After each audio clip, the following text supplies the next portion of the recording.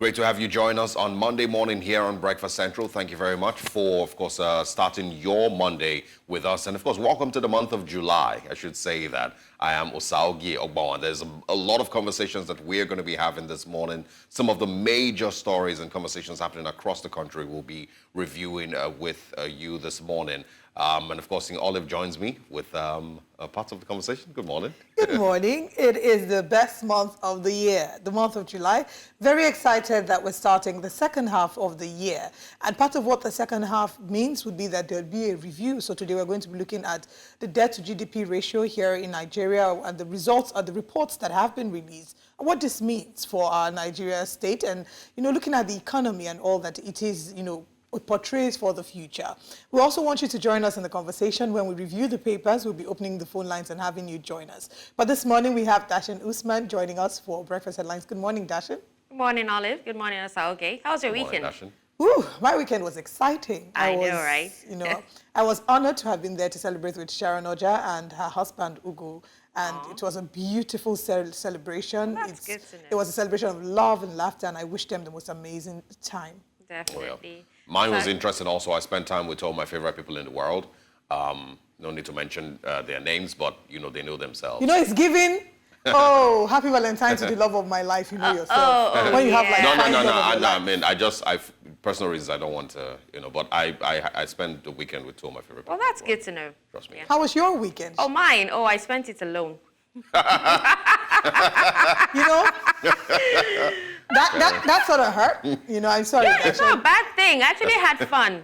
Yes. Yeah, there's nothing wrong with it. Yeah. No, but the way you said it, you're like, I spent it alone. Okay, yeah, I spent it doing, things I loved. That's very important. Yes, exactly. Very, very important. And, I had some chores that I needed to, finish up on, and actually did that. And I read some books, watched movies. I really like that you had some personal time. We need to appreciate the privacy that, being the aloneness of ourselves. It helps us to reflect and to review. Exactly. So we're going to be doing a lot of reviewing of the first half of the year, even as we prepare towards the second half to see what areas you might have done well. So far, how would you both say you fared? First 6 months of 2024. Salge, you? Oh, well, I would actually say that, the first 6 months actually ran really, really fast. Just yesterday, that was, January was my birthday. A lot has actually happened, politically in Nigeria. We thought by now would have actually seen the end of what was going on in Rivers State, but, it keeps, increasing. Things keep coming up. New things keep coming up. And then, the resurgence of bombings in Borno State that happened over the weekend. That one I was going to speak about. That was really, really, really horrible. Now, I know Borno State has actually experienced some relative peace in the past few months, but, this resurgence, it's something else. I remember reading on an African website a particular story of how these insurgents are actually moving from other countries to Borno State or to Nigeria through Cameroon. That should have been a heads up for our security forces. I don't know if they actually got to working after they actually saw that particular story. But one thing I realized in Nigeria is the fact that it's after it happens, that, something is actually done about it. Why not nip it in the bud even before it happens? And when it comes to Borno State, especially Gwoza, it's always been the focal point for terrorists, with the mobile police camp that was there back then, and considering that, yes, it's my state and it's, my local government, so it actually kind of affects me, personally. So my heart goes out to the families of those who have actually lost, the loved ones and everything. And not just one bombing, it's 4. I think I heard it was 4. I think it's, I agree with you, mostly about how sad it is, and of course, we're always very reactionary and stuff, being proactive. But I agree, again, with how really, really heartbreaking it is for these ones who have been affected. And for me, it should be a cause of concern that what we might be seeing is a return to 2012, 2013 Nigeria, when bombings were a regular occurrence. In fact, you wouldn't go a week without hearing about one in Borno or in Abuja or in, other parts of northern Nigeria. And that should be worrisome, because it basically either means that these terrorists are changing tactics because the government is frustrating their other efforts at committing terrorism, or they, basically are just, having free way to commit whatever types of crimes that they are committing. And I don't know if we're going to go back to mentioning Boko Haram again. For a long time, we've been saying bandits, bandits, bandits. Are we back to now saying Boko Haram again? We'll love to see what the government's investigation reveals and what, steps that they're going to take, of course, to make sure that this is just a one-time occurrence. To be honest, nobody wants to return to 2013. I don't even care about what they're called. Bandits, Boko Haram, or gunmen. At the end of the day, they're not merciful. They're not kind to people, right? They're infringing on people's rights. So they're not ensuring that we have security. The government of the day should guarantee the people's safety and security within the country and against external aggression. So at this point, what Nigerians are just asking for, we can't have further insecurity challenges. I mean, we already have insecurity problems, but we can't have this level of insecurity challenges added to the ones that we're already dealing with, added to the fact that people are struggling to eat, added to the fact, there's inflation, and today we're going to look at our debt to GDP ratio. It's a lot that Nigerians have to deal with. But let's keep hope alive that the second half will start on a positive note and that we can see a better second half than we did in the first half. Dashin, we'll have you bring us breakfast headlines shortly. Let's share what the top stories this morning are.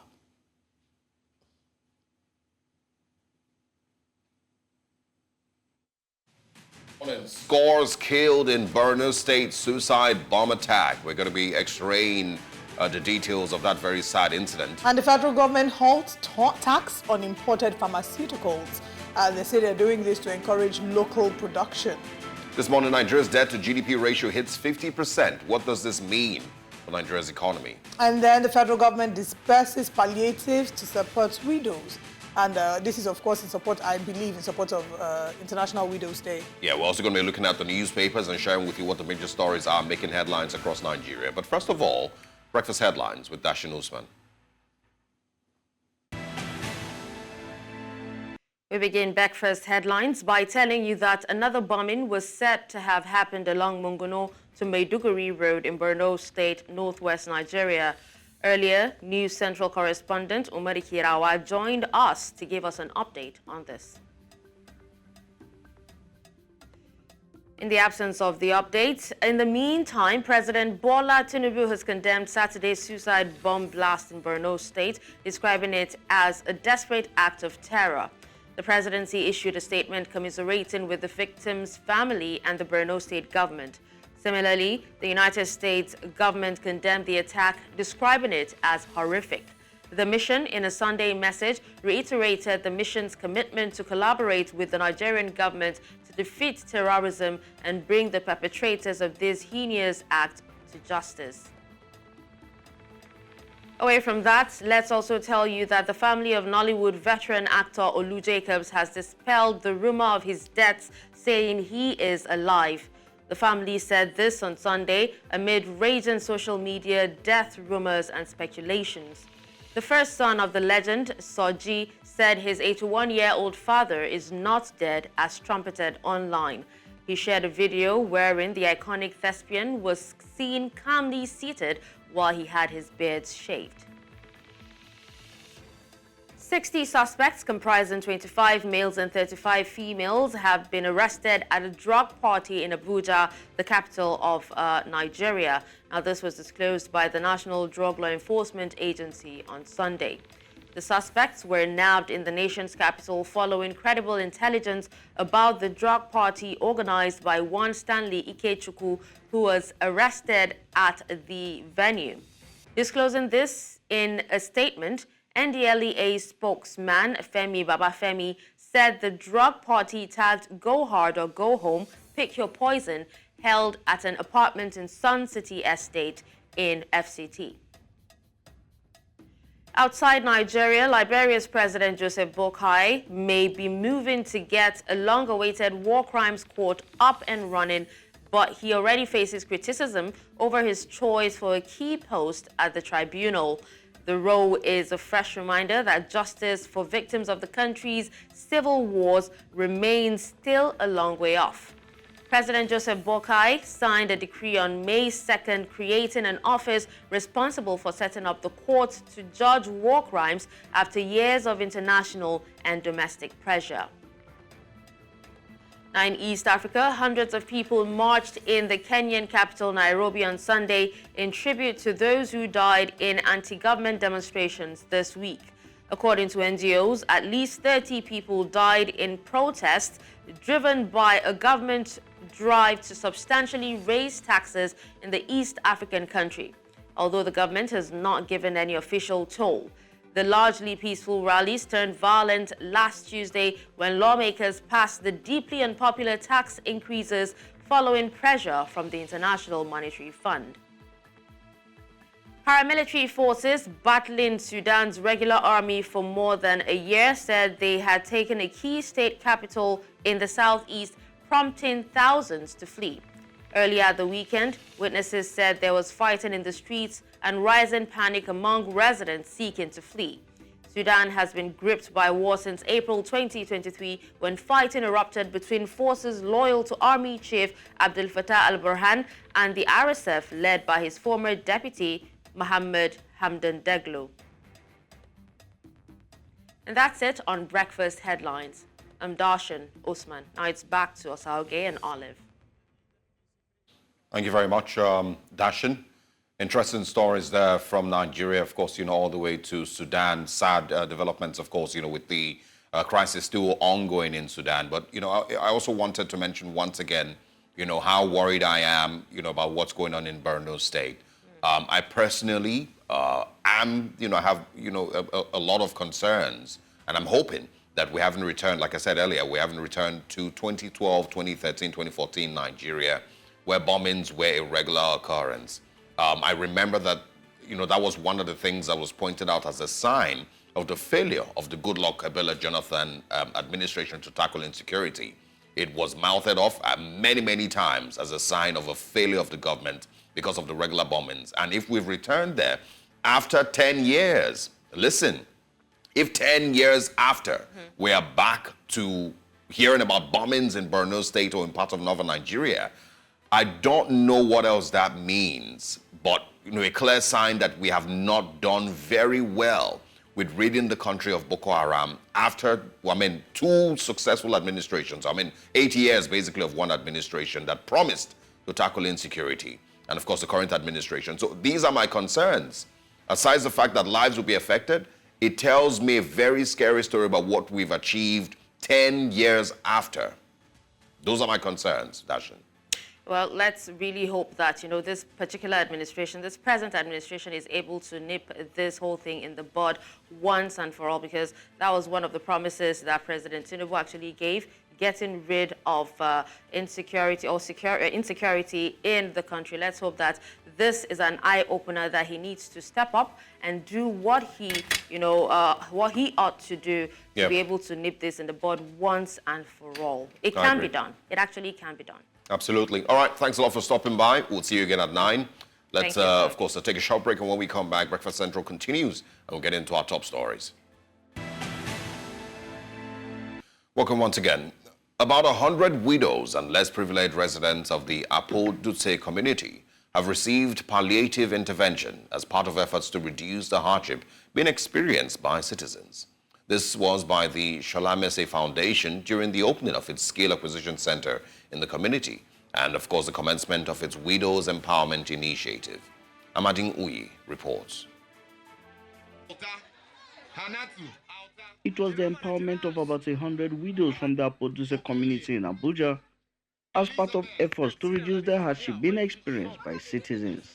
This initiative is aimed at empowering individuals who lack the financial means to learn valuable skills and providing a lifeline to the underprivileged widows who need economic support to rebuild their lives. The event also saw the unveiling of a skill acquisition center and the commencement of a widows outreach program by the Sholamese Foundation. Many in attendance say it will help reach out to those in need and called on residents of the community to support the empowerment initiative. We appeal to the people of Apo-Dutse community as their pilot community to fully support this initiative as we embark on the mutual beneficial journey together. The skill acquisition center that we are going to unveil today would reach out to persons in need. Reach out to persons that really deserving of this training, so they can have their financial stability and also they can also be resilient on their own. It's a plus to the government taking back the on the school out of school children, persons with special needs, widows, and so many. I think Almajiris too. I think it's a plus to the government, and the government will always appreciate foundations like this. They expressed optimism that the initiative will transform the lives of beneficiaries. Through our partnership, a lot of lives will be impacted. And so we will collaborate well with this and see how far it will go. So this is a laudable activity. Like I said before, in terms of the Nigerian situation today, we want the government, we want private individuals to be able to partner and do greater things.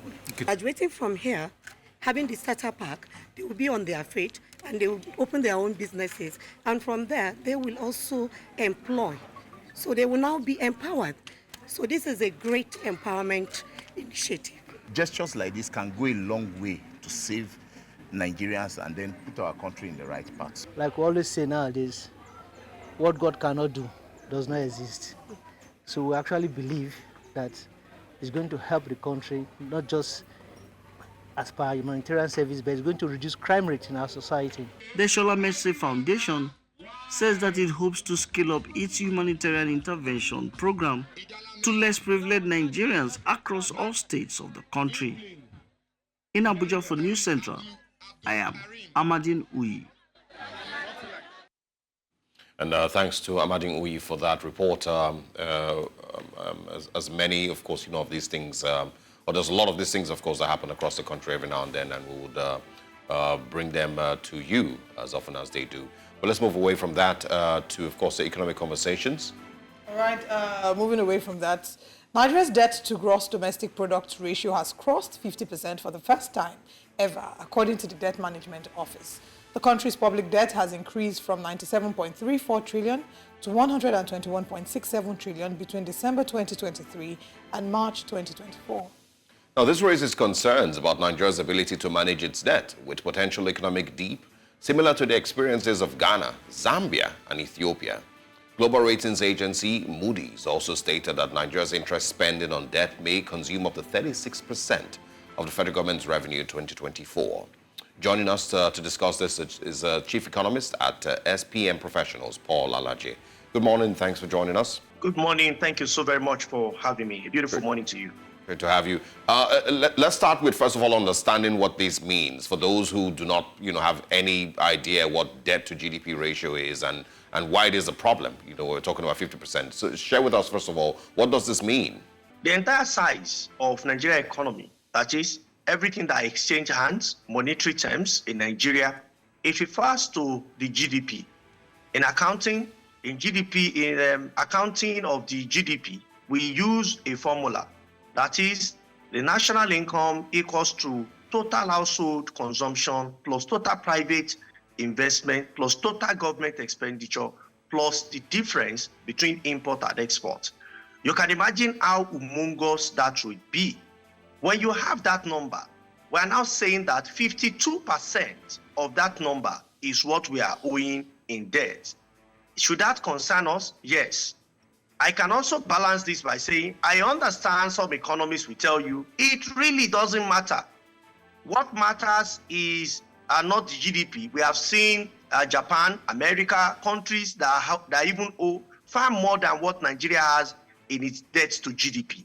There are two sides to this. And I will tell you the elephant in the room, or the key factor we need to look at here. The key factor here is exchange rate. Our GDP was bigger than what it was until we devalued the naira. Our debt profile was lower than what it was until we devalued the naira. The common denominator is devaluation.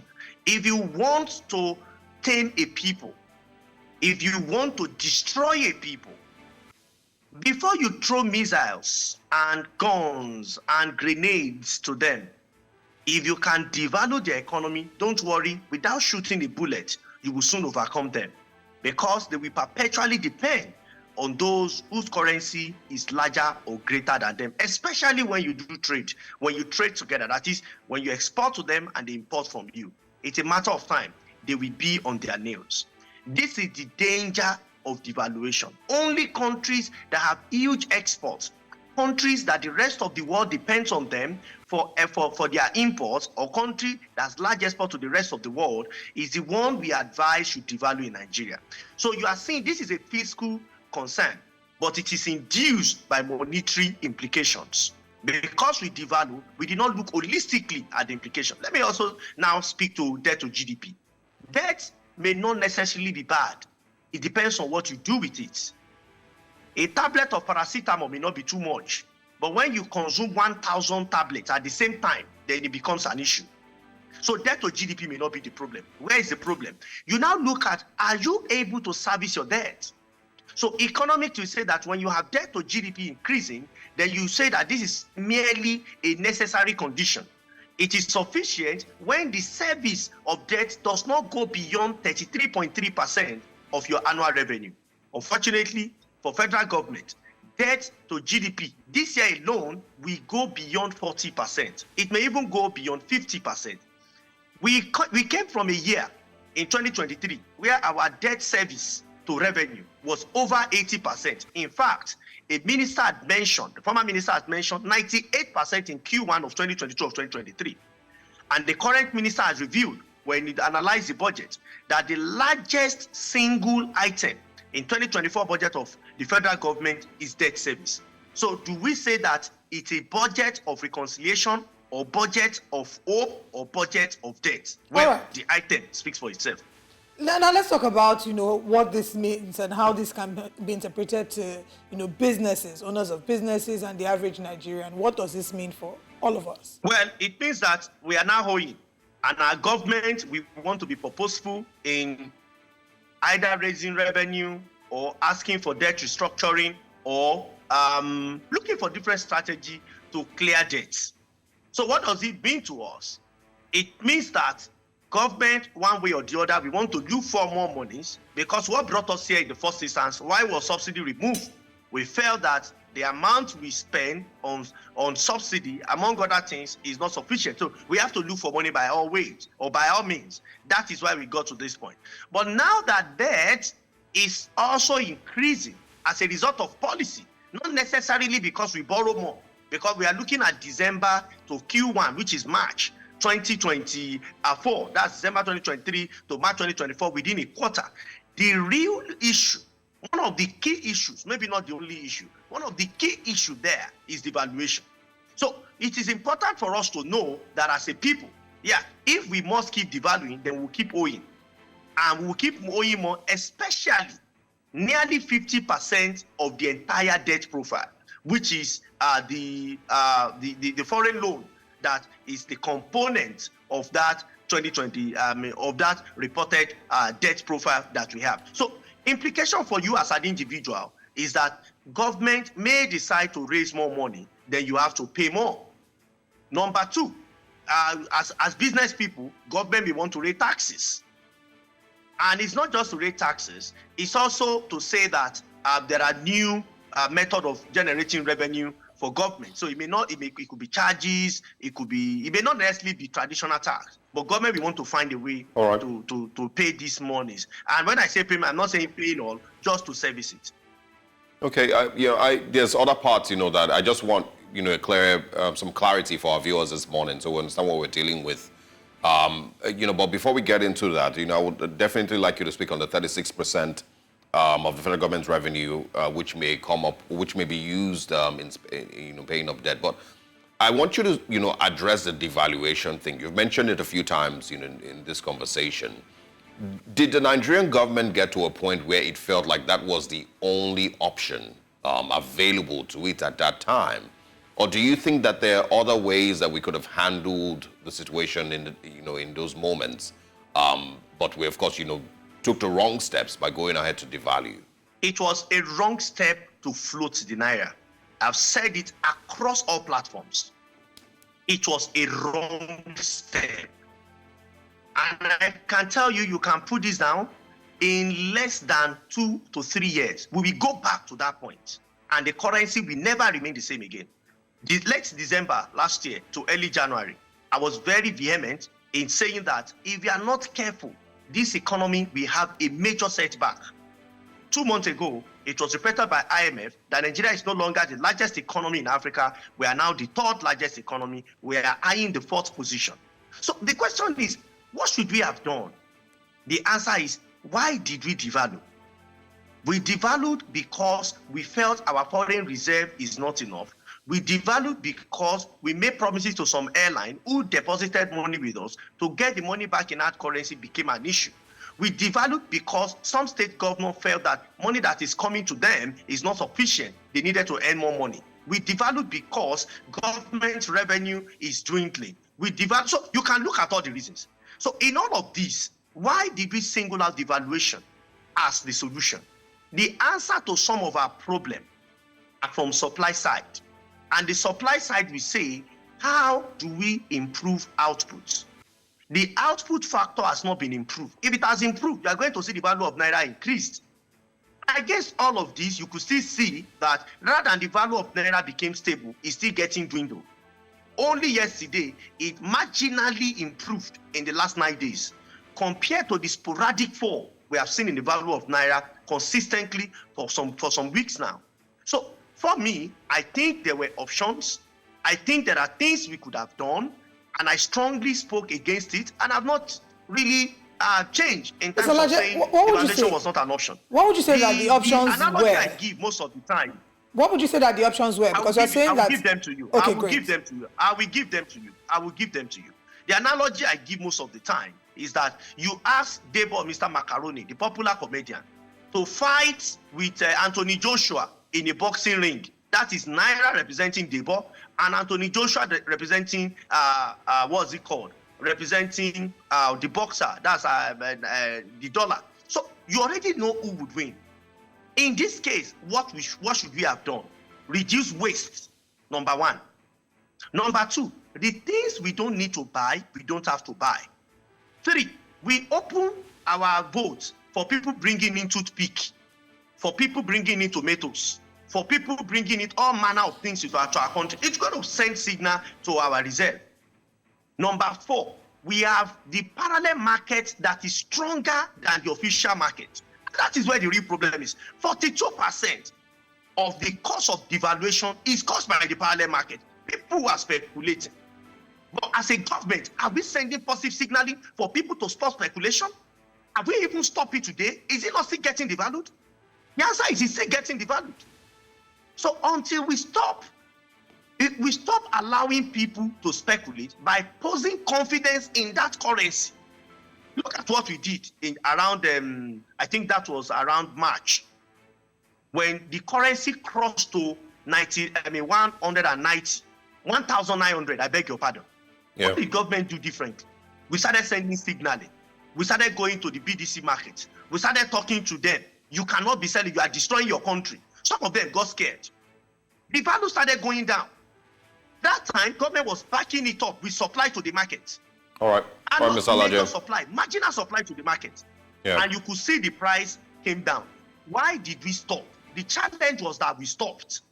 I live in Abuja, and I saw what happened in Zone 4, and I see what is happening now in Zone 4. All right. Mr. Alaje, kindly hold on. So, if we don't... kindly hold on. In the interest of time, kindly hold on. Okay. Yeah, I apologize. I want us to quickly, address as many of the concerns as possible, because we need to wrap up this conversation. There's a part that you did also mention earlier, and I'm going to share once again. The report says that Ghana has a debt to GDP ratio of about 84.9%. South Africa is about 72.2%, and Egypt has 70.1%. And these countries, of course, do not seem to be in the same economic crisis that we're putting Nigeria at. So if Nigeria is at 50% and these countries are as high as 70 and 80%, what makes Nigeria's own so much of a concern? They are also in several economic crises. It's just that ours seems to be deepened. They are all in. African leaders should understand that there is no shortcut to economic prosperity. African leaders must start by demonstrating. I understand the place of bottom up, but the top bottom play key roles. Go to the UAE, go to Germany, go to UK, go to London. If you're a leader, you must be ready to lead correctly. Those leaders have their concerns, and I've been to those places, they have issues. So it is not the percentage that South Africa has 70%. What matters is what proportion of income. At the end of the day, it is money we received. The money received that will be used to pay back or to service. Are they able to service? You know what Ghana did recently, not too long ago, some months back, I think a year or so back. When they promised people treasury bill, Ghana had to review it. And that made investors to lose confidence in Ghana. Is that the kind of country we are setting up as an example? Is that the example we are setting up? That we have concerns about Ghana financial sovereignty. So poor management of the economy. It's high time we citizens understand that when we vote for leaders, and the leaders don't have economic might to govern very well or appoint people with quality economic soundness, I'm telling you, it will come back to hurt all of us. Yeah, all right. And this message is for all political parties, all leaders. And I hope we really understand it for a better future for us and a greater economy for our nation. I would always argue, that I still don't believe that it is lack of knowledge, because there's too many sound economic minds across Nigeria that could advise the government on what's best to do. So I don't believe that it is, lack of information or knowledge. I agree, but when you look at people who are making policy for us, yes, you need to go and look at their profile. Yes. Go and look at the profile of the people who are making policy for Nigeria. And I mean key decision maker. You can start with MPC. Take your time and study. Economics is like medicine. You cannot allow your wife to be treated, the one to deliver, to be treated by mechanic. I agree. But when it comes to economic issues, we say that no, just anybody can do it. It's an administrative thing. That is why we are getting administrative economic results. All right, Paul Alaje. Truly, there are people out there that that can help us, but we must be serious that we want to be helped. All right. Thanks a lot. Not a very, very bright story, or picture rather, has been painted about where we are and where we're going, but we would like to speak with you again in a very short while. Thanks very much for joining us this morning. Thank you so much for having me. Absolutely.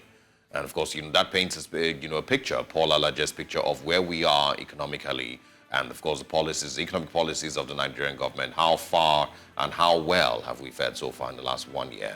We of course have more of these conversations coming your way this morning. Let's take a short break. When we come back, Breakfast Central continues. Welcome once again, and from economic conversations, let's go to security now.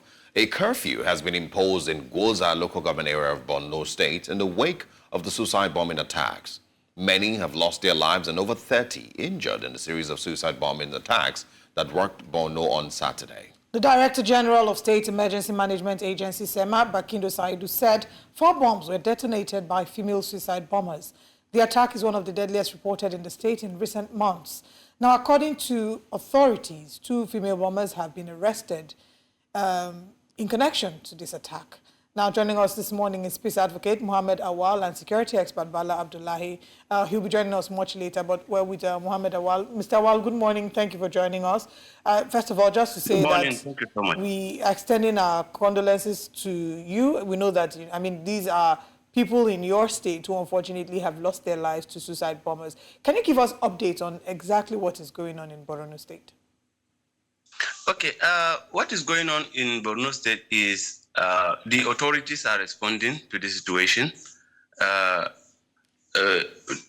Military, the government, and the emergency organizations or emergency establishments are already responding to the situation.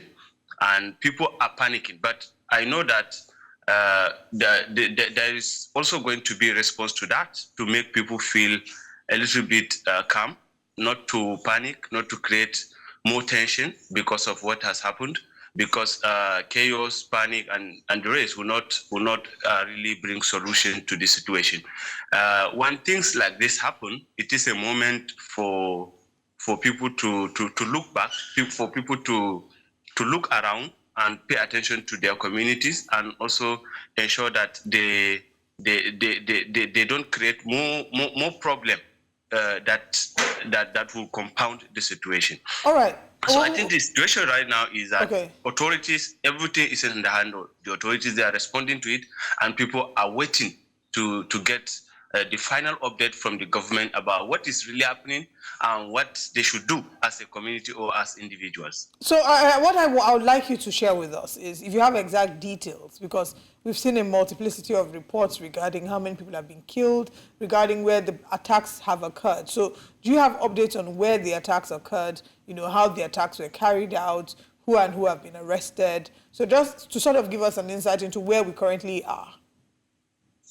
Okay, first of all, in Gaza, there were 4 attacks, almost simultaneously, that have claimed lives of people and injured many. Some of them have been transferred even to Maiduguri to receive treatment, while some have lost their lives. Then the most recent is the one that occurred around Maiduguri-Monguno Road, another bomb blast, which means that we are now having multiple bomb blasts. Then there's also a report that said some of the suspected suicide bombers are still at large, which means not everybody has been, not all the elements have been identified and captured, which means they are still roaming where people don't know. And for the figures, I think what has been reported is that there are 18 people have been affected. 18 people have lost their lives, and several others were injured. And medical team, the medics are responding at Maiduguri specialist hospital in Maiduguri, and victims have been transported to Maiduguri to receive a better treatment, because you can't actually leave them in the local governments, so that when you transfer them to Maiduguri, they'll be able to receive a better treatment. Then I don't want us to forget the fact that there were numbers of abductions around Damaturu Road. You know, Biu is one crucial local government also in Borno State, where people usually travel from Maiduguri to Biu, and they follow the Damaturu Road. So a series of abductions have happened along that road also, and it was reported that about 5 people were abducted along that road, which now we are going up to a figure of about 25 or 23 people affected within this short time range. And it is so concerning, because people have thought that this matter is gone or this situation is over, but now we are going back to the same thing that has been happening over the years. Yeah, well, I mean, and that's the part, you know, that I think we mustn't leave out of the conversation. It's been 10 years, roughly 10 years since, the last time we heard about bombings and suicide bombings in Borno State or other parts of northern Nigeria. I've always argued that it would take more than 10 years for these people to heal from the trauma of what they dealt with, in those times, between 2012, to 2014, all that, era. It would take a lifetime to heal from that trauma. So I can't even imagine what it feels like to be back there once again, which is scary and worrisome for me. So I want you to speak about, what that must feel like for people who live in those parts, who felt like they were done with hearing about bombings, to once again hear that these things might be back, in the news. Well, if I will be honest with you, suicide bombings have been the most despicable experiences of the people in Borno State. And these recent happenings are now bringing negative shots from the past, which are going to create more concerns in the minds of people. And it will create tension. It will create distrust. It will affect the confidence of the people and the communities.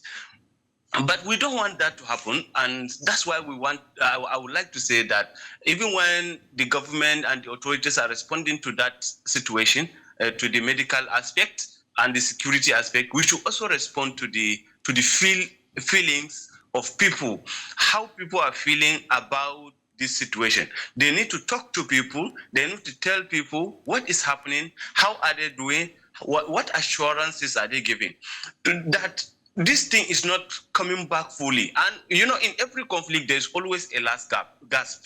And maybe people have relaxed so much that they forgot about the tendencies of the last gasp, which I maybe describe this as a part of the last gasp of the insurgents going or fading out of the entire picture. As it is, people in the communities, especially resettled communities, are going to be worried. And you will not blame them, because those are communities that they have left for years, and now they have gone back there. They are trying to resettle. They are trying to get their lives back, and things are now starting to happen in a way that happened before. I think it's going to create a lot of tension for them. But that is notwithstanding, the authorities need to also look into this, because this is one of the most crucial aspects of it. Because we don't want a situation where people in those communities that have been resettled will now start displacing, will start moving out of the communities again because of fear, because of chaos, because of panic. All right. So, how do we foresee that we can move on from this whilst we are waiting updates from the security from the government of Borno State and the security agents? How do you foresee that we can move on from this? I think what should be done is everybody should remain calm. Everybody, when I said everybody, I mean everybody either in the urban areas or in the rural areas. And secondly, everybody have to be vigilant. We have to pay attention to people who come into our communities. We have to pay attention to who goes out of the community. Like the deputy governor said, we need to be vigilant. We need to pay attention to what we are doing, the people we interact with in our various communities, especially during ceremonies where these bomb blasts happen in Goza local government. During ceremonies, during celebrations, people gather a lot, and these are opportunities that the insurgents exploit negatively to hurt people. So I think people should remain calm. People should be vigilant, especially in occasions where there are a lot of gatherings and people around. Mohammed Awal, thank you very much for sharing these perspectives with us. We of course wanted to look at it from the human angle. We will, of course, have security experts also join us a little later date. But thank you very much for your time. We look forward to speaking with you again. Thank you so much for having me. Absolutely. And just like I've said, we will, of course, have, security experts who have extensive information and knowledge on these things. Join us sometime later today or tomorrow on Breakfast Central, so we can have a proper analysis about what's going on in Borno State. But like I said earlier, also, if you need a report card for Nigeria and how we fared in the fight against insurgency in the last 10 years, 2014 to 2024. If you need a clear report card, this is the time when Junior returns from school and Daddy says, let me see your report card. If you need anything, this is a very, very clear report card that we still have not been able to completely defeat Boko Haram or any insurgent group in a way that they no longer have the ability to use innocent Nigerians and set them up as suicide bombers. This is a clear report card as to what Nigeria has achieved in 10 years in the fight against insurgency. And it's heartbreaking, really, really heartbreaking. But let's hope and encourage the Nigerian government to do what it must to ensure the security of lives and property all across Nigeria. We'll share a quick recap of what we've spoken about so far and also what comes up right next. Federal government disburses palliative support to widows, and we did bring a report on that. Scores killed in Borno suicide bomb attack. We just had a conversation about that as well. And Nigeria's debt to GDP ratio hits 50%. Paul Alaji joined us for that conversation. Now let's share with you what's coming up next on Breakfast Central. Coming up next, federal government halts tax on imported pharmaceuticals. And also the newspaper front pages, one of the major stories making headlines across Nigeria this morning. Which way Nigeria also, where we ask very pertinent questions of where we are today as a country. Stay with us.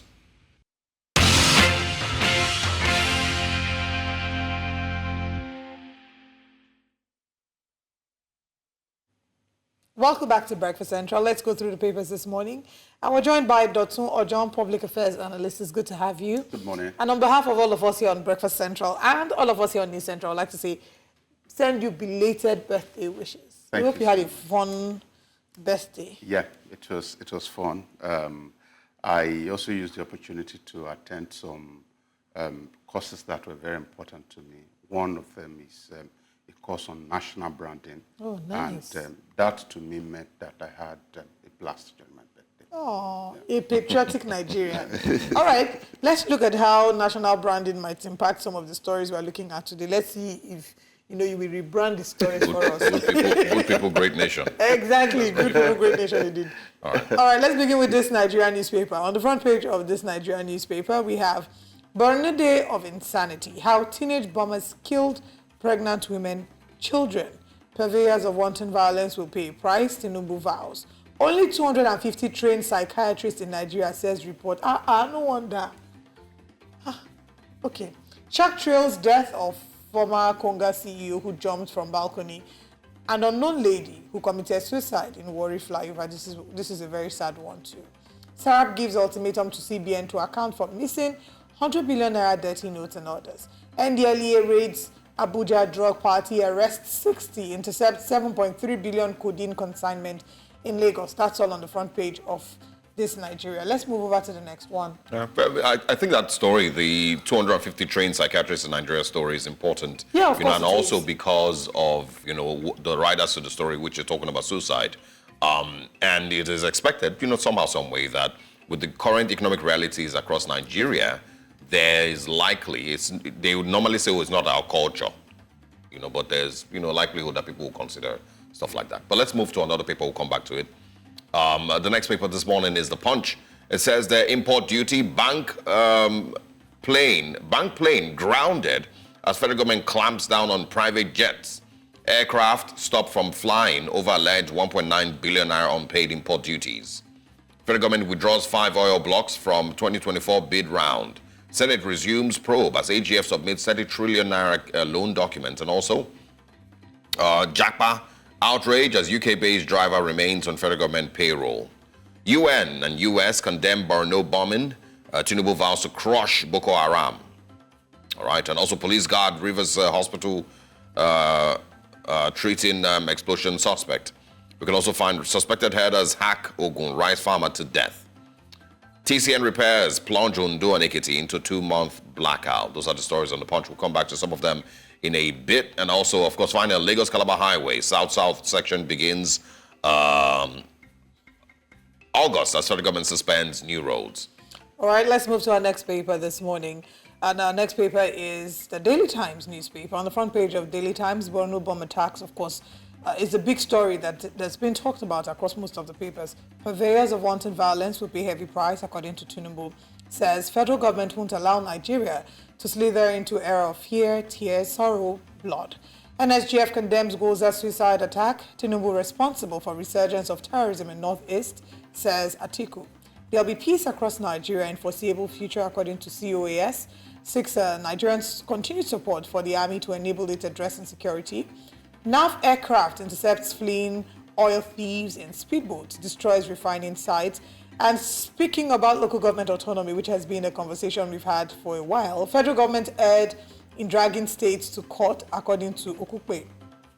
CDS Mons Admiral Ogebi says he was patriotic all through. NIMET launches e-learning platform for greater collaboration and global opportunities. Federal government warns against erecting new structures for compensation, and that's talking about coastal highway. Let's begin with the pink elephant in the room. That's, of course, the Borno bomb attacks. What do you make of this? Are we going down the suicide bombing path again? Okay, I would not say yes or no, because I've said it repeatedly that the fight against terror is not that of deadline, it's that of consistency. And of course, when there's scarcity in the land, the vision of the people disappear. And once vision disappears, vanity becomes an issue. And whenever there's economic hardship in the community, security is always challenged. And we have a nation that has not paid too much attention to deliberately building its citizenry. And once you come to a nation like that, then it's easy for anybody to come from anywhere to actually make use of them. And I was talking about taking a course on national branding, and one very significant thing that I took away is that for anybody to believe in their country, for anybody to defend their country, they will first of all believe in their country. So once there's a disconnect between believability and the reality of what the people are going through, you see that it's easy for them to actually line up on the side of terror. And that's what you've seen. Before you get somebody to strike a bomb around him or herself to go and detonate, it's a lot of radicalization that has taken place.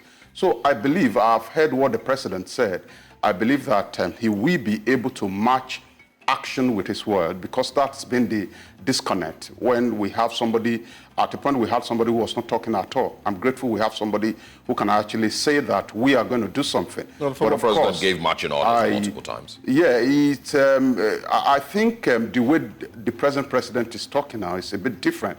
And I hope that the danger in that is that when you speak with this audacity and you do not do anything with it, it drives people to the realm of hopelessness. So I believe that he will be able to match his word with action that will translate into punishing anybody, arresting, prosecuting, and punishing anybody that is responsible. I said something earlier, I'm not sure if you agree or not, that this basically tells, for me, it's a report card on how well we've, won, how far we've, of course, won with regards to the fight against insurgency in 10 years. The last times that we had, of regular bombings was 2012, 2013, 2014.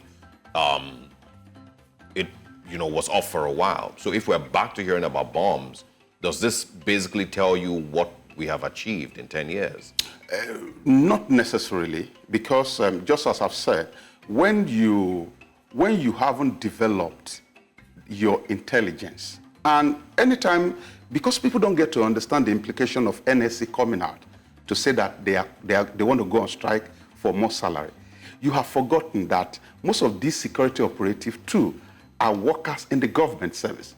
It shows that whenever their welfare is challenged, their productivity is lowered.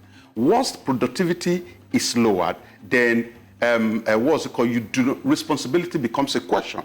So what we have seen over the time is that we have lagged behind in the area of intelligence. And because Nigeria is a community battling with a lot of troubles, if you think you have won here, you shift your attention. For instance, it's the same number of people that are fighting in Borno are the ones that are posted to the southeast. They are the ones that will respond to even headers' attack. It has become an issue today that ordinary things that police should respond to, we will drive our military men and women into it. So it's not a sieve that we've not made progress, but I think that if we win here, we must also step up the issue of intelligence. You don't say because you have won this battle that you completely want to actually leave that the fight zone. is the strategy with regards improving security. It's not one thing. It's a combination of things. And what I'm basing my assessment on is that in 10 years, we should have said, okay, this is what we achieved in 3 years or 4 years or 5 years and 7 years. This is how much improvement we're giving to security. It's funding, with information gathering, intelligence gathering, with equipment, with personnel. That's the level of development we have, achieved in 10 years. So if we've gone through 10 years and we're back to the same problem that we had in 2012, that for me is what I'm talking about. Now, let me tell you one of the major challenges that maybe you're not looking at it from that angle. When Civil Defense, NCDC, was created or established, NSCDC, there was, I don't know whether they call them Director General, the number one person, was on seat for about 19 years, one person. But at every point in time that you see an administration changes, you will see that the Inspector General of Police will also change. Okay. That means that strategy also will change. that means that focus also will change. So the disruption that we have is in change of government until we get to a point where we know that it is not about administration. Fighting terror is actually a fight of consistency of government. It doesn't matter whether it's Buhari that is there. It doesn't matter whether it's Tinubu that is there. So until we get to a point where we have consistency of policy. And one thing that, because we do not have a system in Nigeria, everybody comes, changes policy, and it just looks as if we are starting from where we started from some 4 or 5 years ago. So I think it's a major issue. I think government after government must also be able to pay attention to the reality of the fact that anytime you change an Inspector General of Police, for example, and the man has not reached retirement age, anytime you change your Chief of Defense Staff, a lot of things also change with it. And this is one of the problems. Okay. All right. I mean, regardless of what we blame, At the end of whatever it is that we choose to blame, if it is climate change even, the point is we're back to 2012. We are not back to 2012. Maybe not on the same level, but the same issues that we're having then, because I remember very well that it was one of the things that was pointed out as a clear failure of the Goodluck Jonathan administration when we're having bomb blasts. And so if we're back in 2024 to hearing about bomb blasts, then for me, it simply means that not very much has changed with strategy. You can blame it on the fact that we're changing IG of police every 6 months. Whatever you want to blame it on the masquerades in Ecolobia.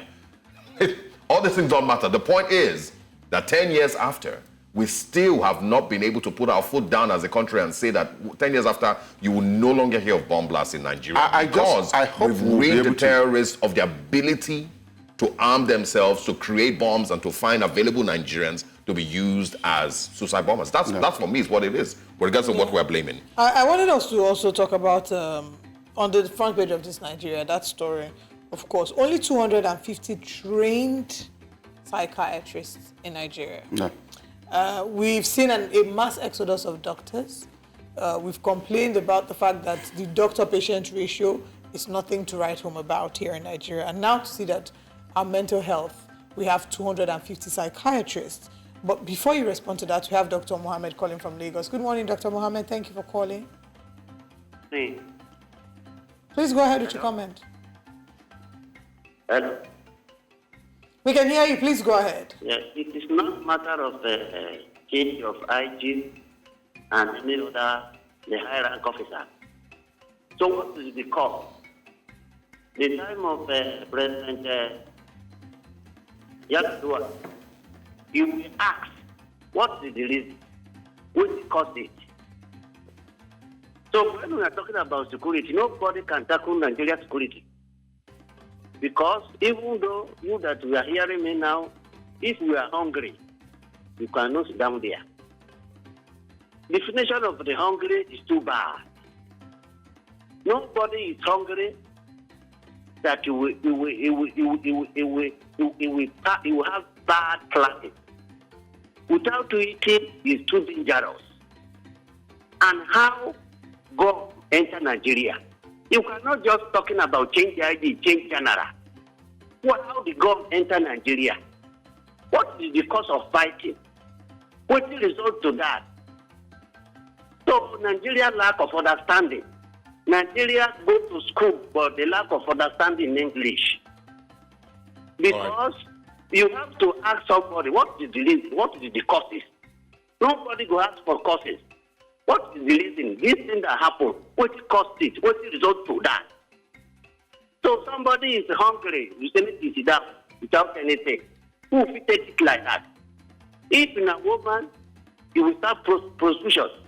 If in a man, if in a to kidnap to make it to survive to eat, you will do it. All right, Dr. Mohammed, thanks a lot. Please go ahead. Let's move on to one of the our challenge, our mental challenge, the best way to see it is when you drive in Lagos traffic, and it can sound really comical, but the reality is that if you see the way the people behave, and to tie it to what he said, I also mentioned economic reality and hardship that the people are going through. When suddenly, and there's a difference between when you suddenly fall into hardship from the side of hope, and when you gradually walk into hardship.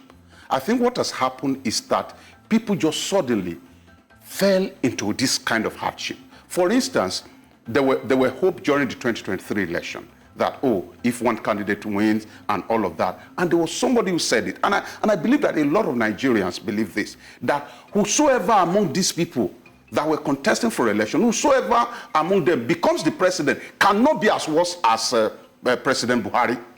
Somebody said it, and a whole lot of people believe. And suddenly, if we now had a president who came on board, who thought that he could use, what do they call this strategy? There's this change management strategy when you have to change everything at once. Who thinks that the best way to do it is to change everything at once? Yep. And elect people, radical change, who believes, oh, we are just going to do a radical change and turn everything around. Unfortunately, things went this bad. Nobody could know that euro will turn from where it was to trading at 1,600. Yep. Nobody could know. I was discussing with a professor some 2 weeks ago on the process of the cost, and he was saying, oh, Nigerians, you are very, very wealthy in your country, as it may sound, but you are extremely poor outside of the country. What does that mean? It means that in my country, I have 1,600 naira. But when I make attempt to go to his country, I only have €1. And that's the reality. Yeah. Unfortunately, our economy, where we are supposed to also be wealthy, is dependent on what is imported from his own country. So if I put it side by side, it means that I am poor in my country because my 1,600 cannot afford the basic things. And I'm poorer in his country because my 1,600 is only €1. So this is the current reality. It's a lot of things that are happening at the same time. Our officials are going out of the country. In fact, I was listening to somebody who was talking about my state, that the state government had to design a particular program where you go to school of nursing, and they call it community nursing. It's like 2 years, all this practical nursing that they will quickly train you. And you have to sign a paper that you will not go abroad in the next 2 years. It is that bad. Nurses are taking the place of doctors. You get to hospital, everything is practically empty. And so when you are even talking about psychiatrists now, I think we are even talking too much. Yeah. The basic paracetamol it's not a good look, and we're hoping that we can start to see improvements there. And the government even prioritizing mental health, incorporating into primary health care. Let's hear from Yomi calling from Lagos. Good morning. Thank you for calling. Please go ahead. Yeah, morning. Yomi. Go ahead, please. Yeah, please, I just have to say this. Whoever that is doing anything the truth is not saying the obvious about this government. This man has made a terrible mistake, and he has rerouted this country into a free state as it is today. Two things problem that he made was the fluctuation of the currency, and the subsidy removal. Those two policies have destroyed this country. Whatever anybody is going to say again, that this man is trying, is doing this, is doing that person is not just in the truth. That's my comment. Thank you. Thank you. I think to say that the country is destroyed is a bit too extreme. The reality is that President Tinubu has a lot of challenges in his hand. He made a major blunder, as he has said, and nobody's going to shy away from that fact. You cannot remove. You see, our lives are dependent on these two issues. You haven't sorted out the issue of production. You're throwing the market open for everybody. You cannot remove subsidy at the same time and allow your naira to be finding its place in the currency market. It's a major blunder the government committed. And I know that somehow, someday, they will realize that they committed blunder. But the reality is that Nigerians also must be told that one of the major mistakes we've made over the years is to have judged our nation with the performance of our leaders. Nigeria is an entity.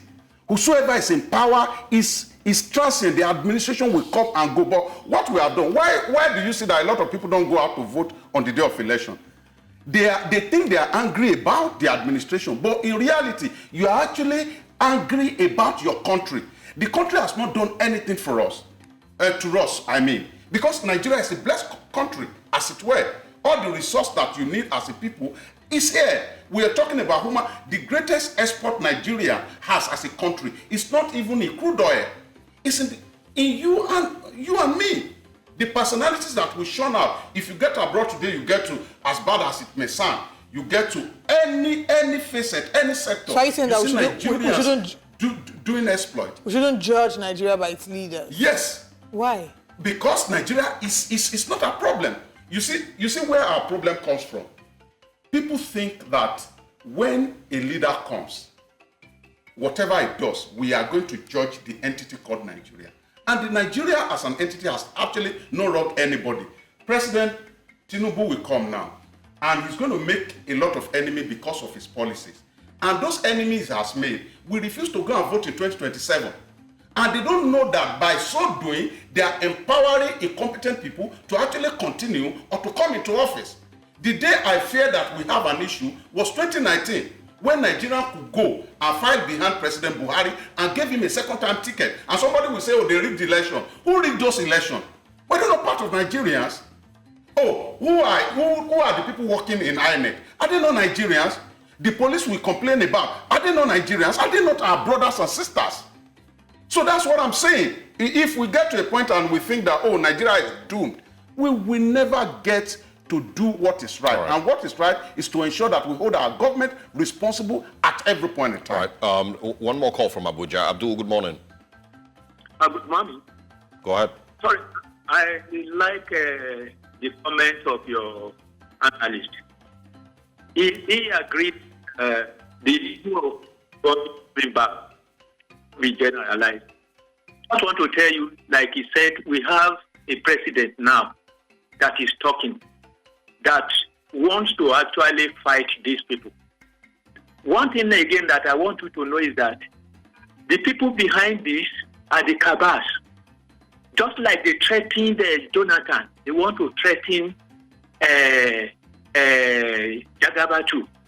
What they are trying to do is to make sure that they are looking at 2027. You know, anytime, I'm not a tribalist, God is my witness. Anytime a southerner is in power, those cabals, they are not comfortable. And they keep telling you that they are protecting the interest of the poor people in the north. Whereas they are the problems of those poor people. They have been holding on to power for a very long time. What has the poor people gained from it? I agree that Jagaba misdied by removing the subsidy and then collapsing the Naira value at the same time. But then, all the three the leading contenders promised that they were going to do all those things. The way he went about it is the problem. But then we are in it now. I think all of us, I never liked Jagaba. But then, now that he's there, let us work towards stabilizing the country. I can assure you, the people that are organizing those bombs, they are the same set of people that organized sending Jonathan away. So let us continue. I don't believe in let us pray. God has given us all what we have, all what we need in this country. Let Jagaba I quickly need to make that. All right. Thanks a lot, Abdul. Yeah, you see, once we have president, I just sincerely hope that one day we'll have somebody who is willing to die for the country. Because if you are not willing to die for the country, you will be trampled upon. In fact, Nigeria, if you study Constitution, which is what I've done, I've seen that the power that is given to the Nigerian president Nigerian president is about the most powerful president in the world. So if you have a Nigerian president that is still coming out to say, or people are still suggesting that there are cabals elsewhere that are causing crisis, it means that the person is not really ready to work. That's just the reality. So I want us to quickly just stop this narrative about cabal. And I want to urge the president and advise him. Now this is what he applied for. He said he was going to do it. It's about time for him to do what is right. And what is right is to ensure that nobody is coming to suggest that there's a cabal that wants to derail his government. He must stand his feet on the ground and ensure that Nigeria moves forward. Just to double check, when you say Nigeria is the greatest nation on earth, Are you talking about Nigeria's presidents, right? Are you talking about the presidency or the president? No, I'm talking about the president being the most powerful president. So in by other president, places, you mean President Bola Ahmed Tinubu? and every other president, every other president. yeah, and any other president that has occupied. Because when you look at it, our systems are very weak, and because our systems are very weak, it gives the power, the ultimate power, to the president. For example, it should not be heard that the president is the one recommending or appointing INEC chief. It should not be heard, because INEC chief is the one that will determine the destiny direction of everybody. But a president puts him there, and at the end of the day, he does whatever he likes in the process. So your president is very powerful. Now, your president, when last did you hear that the Senate rejects an application for loan, despite the fact that Nigeria is going into debt daily? The last time we heard was when Saraki was there. It makes the Nigerian president very powerful. When last did you hear that the executive brought before the Supreme Court a matter that concerns them, and they go back negative? It shows that there are influences here and there that the president can actually wield to make the nation better. That's all, John. Thank you very much for joining us this morning. And to our callers, we appreciate you, and we look forward to speaking with you again. It's a very interesting day across the newspapers this morning. Unfortunately, once again, sad stories, not very many of them, happy stories, but we'll see. We'll take a short break. When we come back, of course, Breakfast Central continues. This morning, I am talking about time. Time is one of the most underrated aspects of our discussions concerning electoral choices and consequences. The value and the precious aspect of time. A thing that once wasted can never be gotten back. But for some reason, it just seems to fly under the radar of all our conversations. Now, why time is important is because a term of governance lasts 4, sometimes 8 years, and it's a seemingly brief span in the grand scheme of things. But to the average Nigerian, these years are not just numbers. They're chapters of our lives, filled with dreams, hopes, struggles, and aspirations. But most importantly, they are years that we will never get back once they pass. Now, since 1999, when Nigeria returned to democratic rule, it's been 25 years that have gone by. 25 years that sadly has seen us back at a stage where Nigerians are fleeing their own countries in search of some sense of progress in their lives and careers, moving to any country with a pathway for themselves and their families. That's where we found ourselves 25 years after. I'm speaking about time this morning to stress how much better Nigerians need to value their time when making electoral decisions, and to remind you that your chances of seeing a nation that works, a nation where you can send your children to schools and know that they will get the best education, where you trust your healthcare system, where you know your criminal justice system will protect you, where salaries and pensions will be paid, a nation that allows you to thrive as a citizen. Your chance of living in that type of country is being stolen from you every day that a failing government stays in office. You will never get your 4 to 8 years back from those who have taken it from you and wasted it. Because just like I said a few weeks ago, an ineffective government on any level represents a waste of your time as a Nigerian to experience a Nigeria that works. You are definitely getting older. You're not the same age that you were in 2014 before the Buhari administration came into office. Many Nigerians or Nigerian businesses don't have 8 years of life in them to survive an ineffective government. Many people will die. Many businesses will shut down. And so this morning, I want Nigerians to understand that we all need a country that works. And if the government is not working tirelessly to fix our country or laying the foundations for a better country in the future, then that government is wasting your precious time. And many, many, many people and businesses didn't make it through Muhammad Buhari's government. And for those who did, their only opportunity to try again came after 8 whole years. Now, for the average Nigerian, bad governance is more than just policy failures. It is a personal betrayal of those who voted and those who hoped. It is the theft of your time, which is your most irretrievable asset. And Nigerians don't have time to waste while politicians enrich themselves at the expense of your time. I'll end with a plea this morning to Nigerians. It's important to be reminded that while you support an ineffective government because of tribe or religion, that government would only waste 8 years that you would never get back. And to the political class, be reminded that there's millions of people whose life's trajectory is very dependent on your actions in office. Nigerians can't force you to cherish their time. But please, don't waste the time of those citizens just to enrich yourself. If you can't do the job, please leave and don't waste our time. Good morning, Nigerians.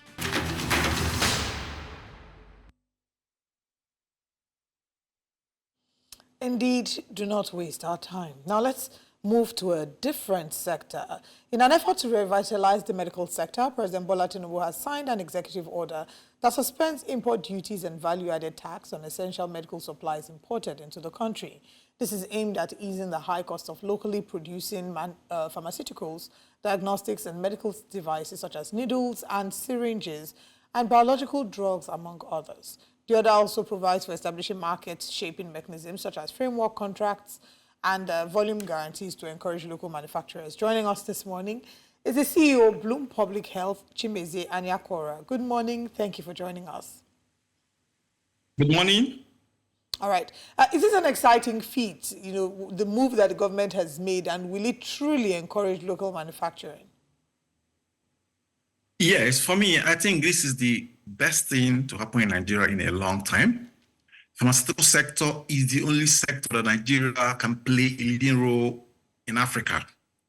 We have most manufacturing companies, and for a long time, it has been neglected.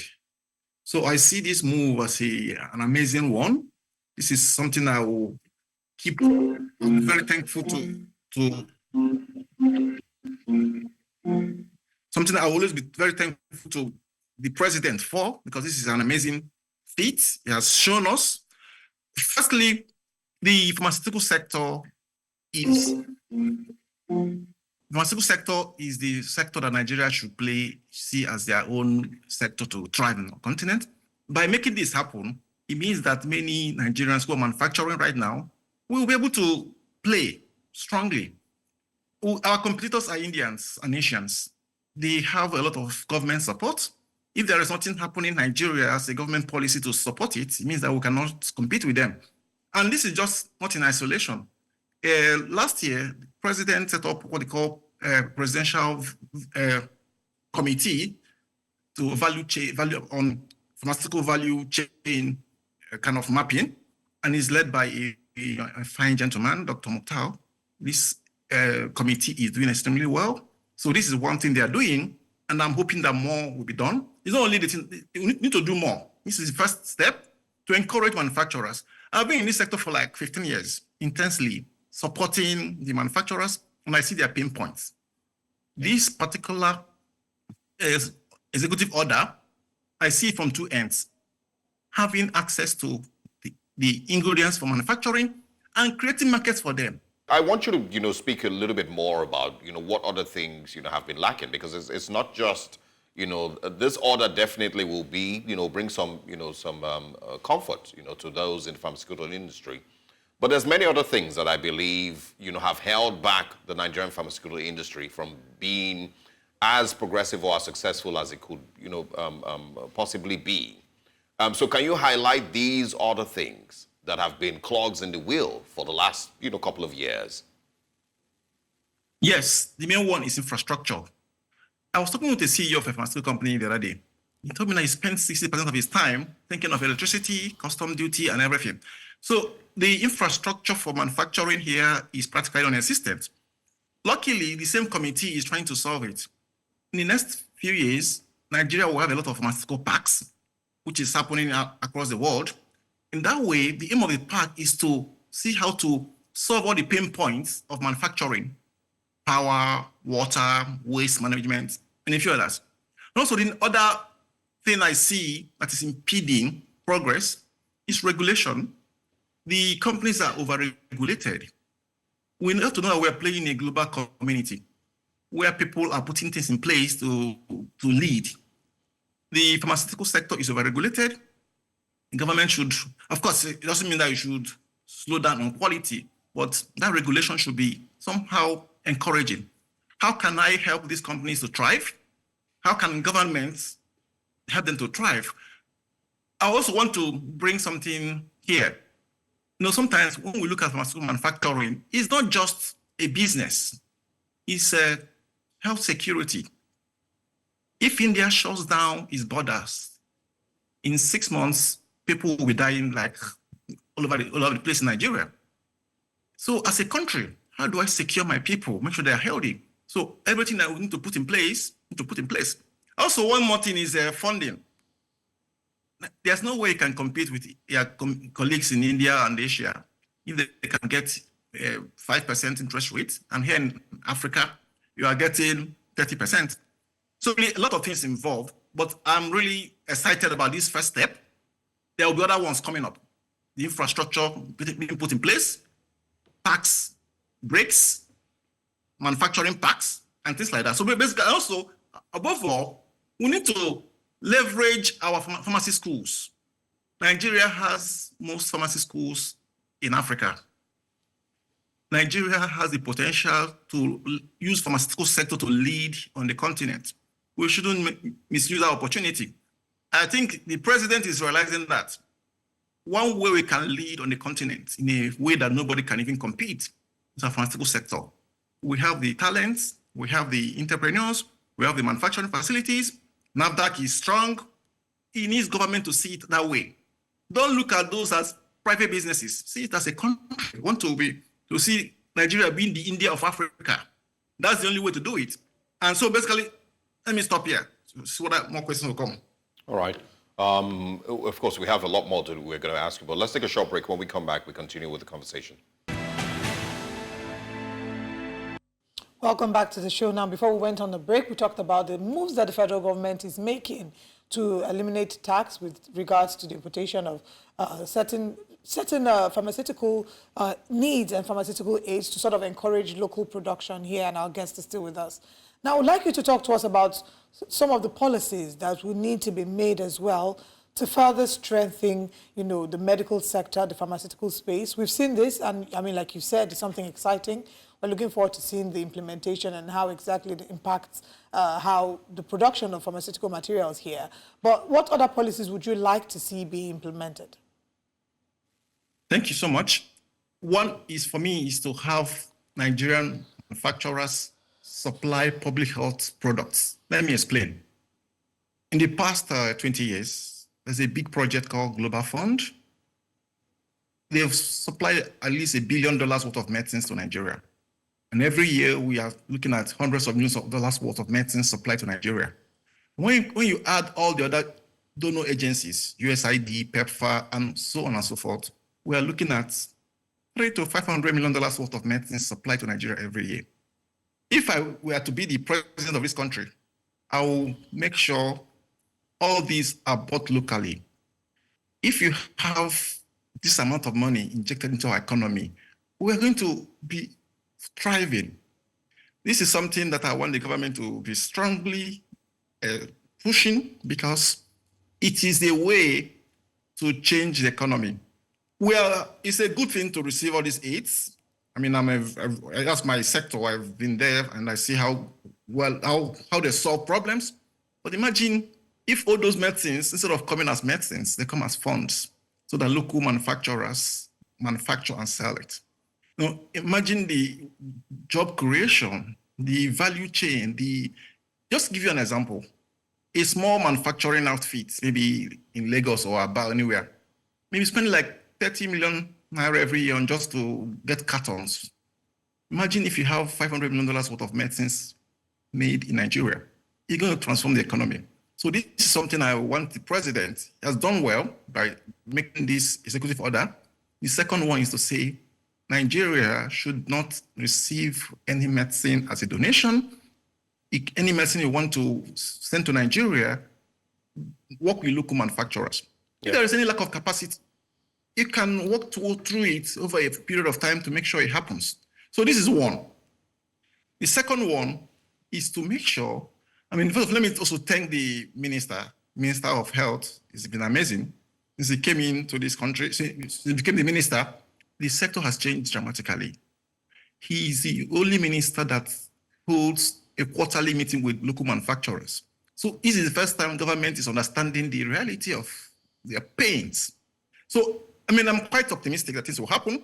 He is a person that is a strong public health player. He understands the politics of public health, understands, is a patriotic person. So therefore, we are heading to the right direction. So I'm hoping that he will hear this and use his authority and network to make sure that every single medicine or medical product that comes in here should be procured locally. Right. With that, this our economy will be thriving. Mr. Ayakora. I keep saying it. Yeah, thank you. Yeah, we need to, be as quick as possible. I would like to also get you to speak on something else.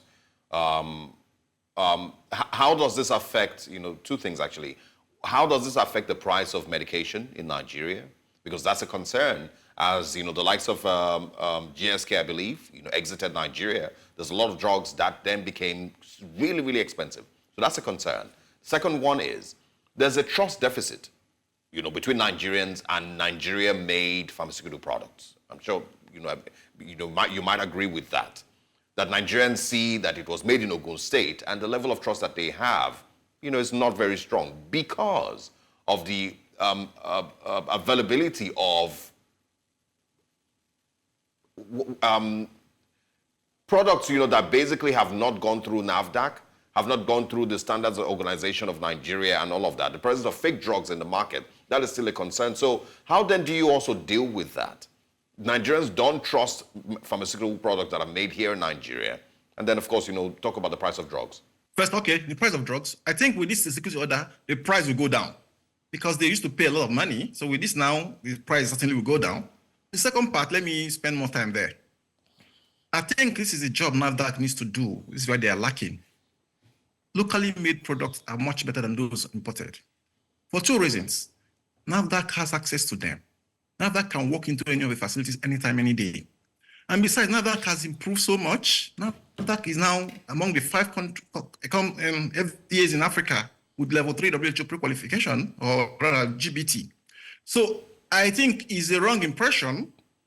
No local manufacturer will do on purpose fake medicine here. There are two reasons why you have substandard medicines. One is expertise, and one is criminality. Criminality certainly will not happen here. Expertise, yes, but that's something that's been solved with NAFDAC getting stronger and stronger. NAFDAC has over 4,000 people across the continent, across the country, and a lot of things have improved. I've been in the sector. I've been part of capacity building. I've done quite a bit in this sector, and I'll tell you, things have improved a lot. Of course, it cannot be zero quality, but certainly I'll prefer to have a product made in Nigeria than made in India. Because India, we don't have access, we don't have oversight over them. Anybody can do it for money, can give any quality you have. So basically, from that point of view, I'm expecting NAFDAC to ramp up their campaign to let people know local manufacturers are doing well. They've improved a lot. I mean, most times we are still looking at we have mindset of 10 years ago. If you walk around the manufacturers in Nigeria, you see they've improved a lot. Thank you.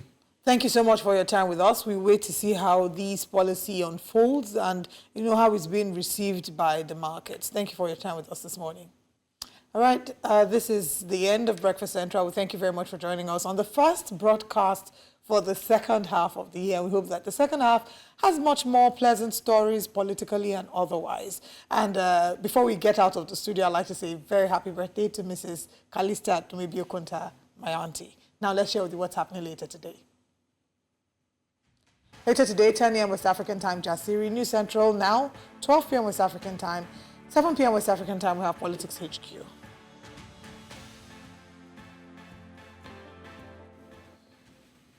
And that does it. Thank you so much for joining us. We'll be back again same time tomorrow. I am Olive Emodi. And I am Osaogie Ogbawa. See you tomorrow. Bye-bye.